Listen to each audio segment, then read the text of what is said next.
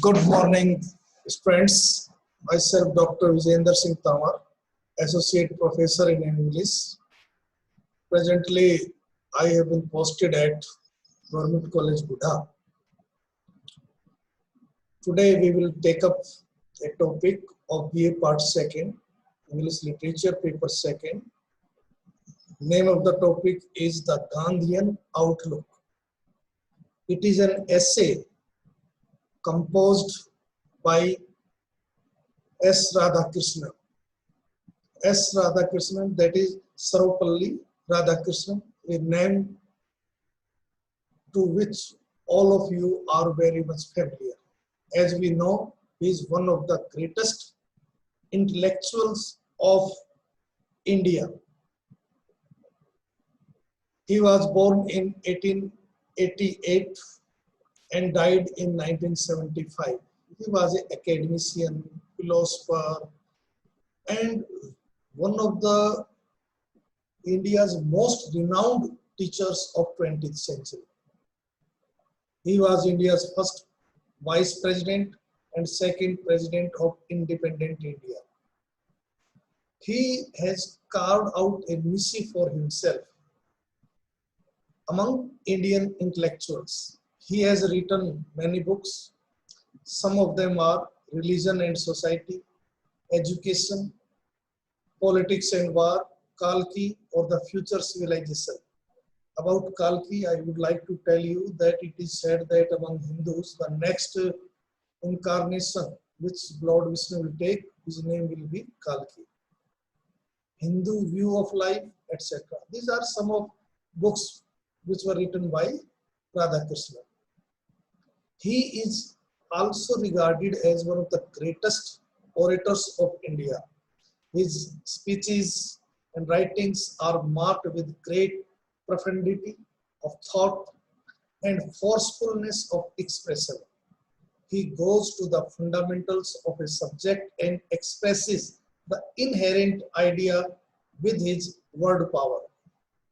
His style is comprehensive and characterized by immense learning, directness, brevity, and simplicity.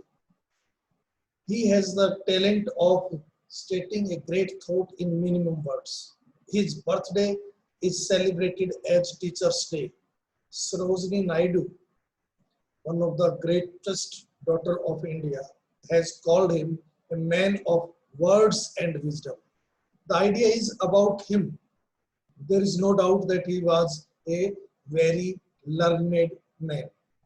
Now let us come to the essay which is prescribed in our syllabus. The essay entitled The Gandhian Outlook is actually not a complete essay. It is a part of a speech which was delivered by Dr. Radhakrishnan. This speech was delivered by him at a seminar on the contribution of Gandhian outlook and techniques to the solution of tensions between and within nations on 9th January 1953. As a vice president, he delivered that lecture. And if we forget about his political post and look at the essay, we find that he was a great analyst. He has the power to analyze a man, we can say, in such a way that even a common man can understand what has been stated in that philosophy. Now let us come to the essay. According to S. Radhakrishnan, Mahatma Gandhi was essentially a very religious person. As he sought, that is, tried to find out, to adopt the good in every religion. The idea is, Gandhi saw that in every religion there is goodness. Every religion is based on good behavior, good things. And he gave example of some religions. First of all, he talks about Hinduism. Hinduism is talking about abhay, that is fearlessness, ahimsa, fearlessness, love. These are the fundamentals of Hinduism. Then he talks of Buddhism. Buddhism talks of wisdom, love, compassion, truth, and love. And Islam, Islam talks about one God, one family, and Christianity or truth and freedom. The idea is every religion is based on truth and love and wants to spread humanity among all the citizens of the world. Gandhiji was a different person as he had certain way of life. First of all, he wanted to preach people, but only what he was able to practice. That is, we can say teaching by example. First, he set examples, then he expected people should follow. First, he tried anything on himself, and then he asked the people to adopt it. He did not approve of any racial differences. His gospel was love for all. That is, Vasudev Kutumbakam was the motto, where love for humanity was not restricted by narrow demarcations of race, gender, nation, state, class, caste, etc. etc. The greatest contribution of Gandhiji is to make us understand the very essence of those religions and incarnate the great ideals of truth and love, which are very foundations of every religion to evolve. The idea is Gandhi presented before us that the essence of all religion is truth and love. Whenever Gandhiji intended to teach people, he takes up some line of conduct, examines and re-examines it thoroughly with all fasting and praying, ransacked his brains until at last he was able to say, this is the line of conduct on which to proceed. The idea is Gandhi did not take an example and one tried to follow. First of all, he examined that gospel or principle laid down by that religion, tried to use in his life, used his brain, and then at last he reached to a conclusion. And then he decided that this is the right way of behaving in that particular way. Then he followed that. Gandhiji preached only what he was able to practice, teaching by example. He attained that stage through constant efforts and commitment. He therefore expected the highest standards of conduct from everyone who come into contact with him. The idea is he did not only preach, but practice himself. And then he gave to the people that this is the right way of behaving in that particular situation. Now let us come to Gandhi's role in India. Gandhiji took up the cause of India to demonstrate to the world that political aims could be achieved by non-violent method. The idea is Gandhi took part in Indian movement of freedom struggle. He led the party and tried every way to achieve political freedom, but did not choose violent methods. He decided to achieve this political freedom only by non-violent method. He did so because he wanted to show to the world that the methods sanctified by history, which are popular, which are known in the books of history, violence, deceit, cunning, were not the only ways to achieve political objectives. Idea is he believed that political objective can be achieved by non-violent methods. Winning of freedom by non-violent methods would be a lesson to the rest of the world.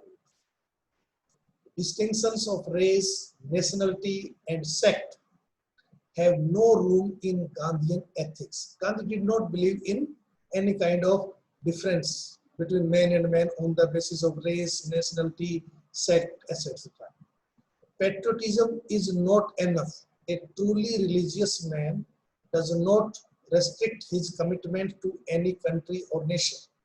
His loyalty is to the whole of the humanity. He acknowledges all great religions as embodying the truth and therefore worthy of deep reverence. Means all religions are good and they deserve respect. In that sense, as a religious man, Gandhiji was essentially a universal man and internationalist. He was not bound by any narrow-mindedness. He was a broad-minded person.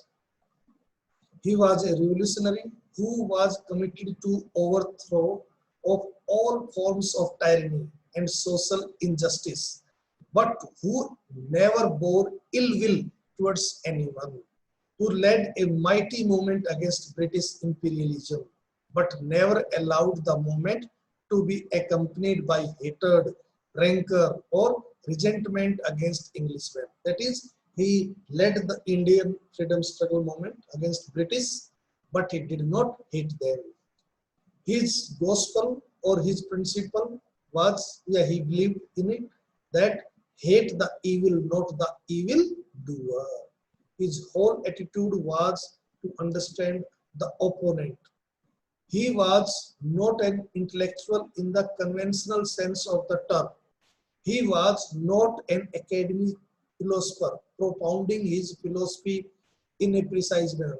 That he did not want to teach the people that this is the only way and this is my philosophy and everyone should follow it. Not like that. He was a person who first tested things, then he gave to the people. He advocates that everyone should work together for building a world state of which the different nations are merely branches. He would have given to that world state a kind of executive authority, a kind of police force, not military power, but only a police force to maintain the normal civil life.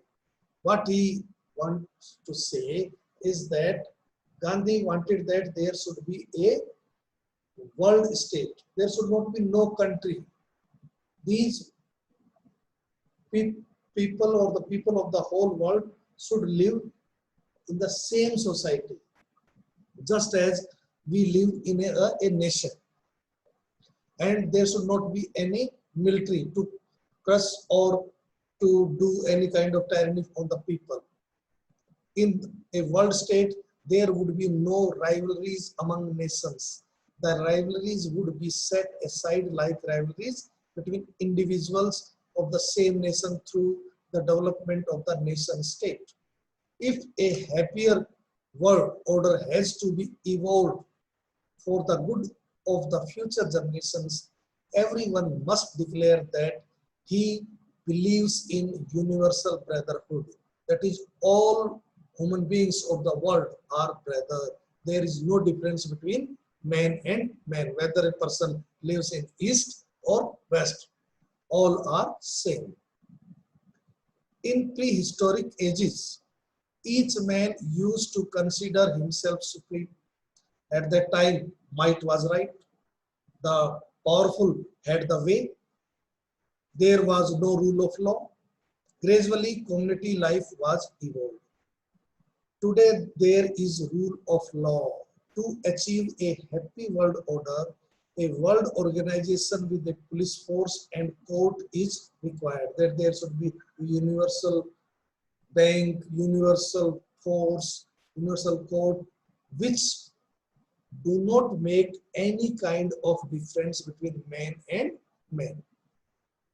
Before that court, before that police, all human beings are equal. all this is practicable if there are people who can make non-violence their creed. Solutions of the complex problems of the world should be sought on the basis of non-violence. That is, non-violent method should be adopted to find out the solution of the basic problems of the world. Gandhiji believed that means must be as pure as the end itself. He used to believe that there is no difference between man and man, and we should have pure ends, ways by which we achieve our ends. Our ends also should be good and our means also should be good. Thank you very much.